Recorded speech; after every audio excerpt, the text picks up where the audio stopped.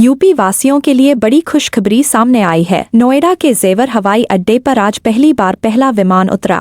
पहली बार आज इंडिगो की फ्लाइट नोएडा इंटरनेशनल एयरपोर्ट पर उतरी। इसके लिए आयोजित समारोह में नागरिक उड्डयन मंत्री भी उपस्थित थे। विमान के उतरते ही उसे वाटर कैनन से सलामी दी गई। इस ऐतिहासिक क्षण का गौतम बुद्ध नगर सहित पूरे उत्तर प्रदेश के निवासी वर्षों से बेसब्री से इंतजार कर रहे थे और आज उनकी ये ख्वाहिश पूरी हुई।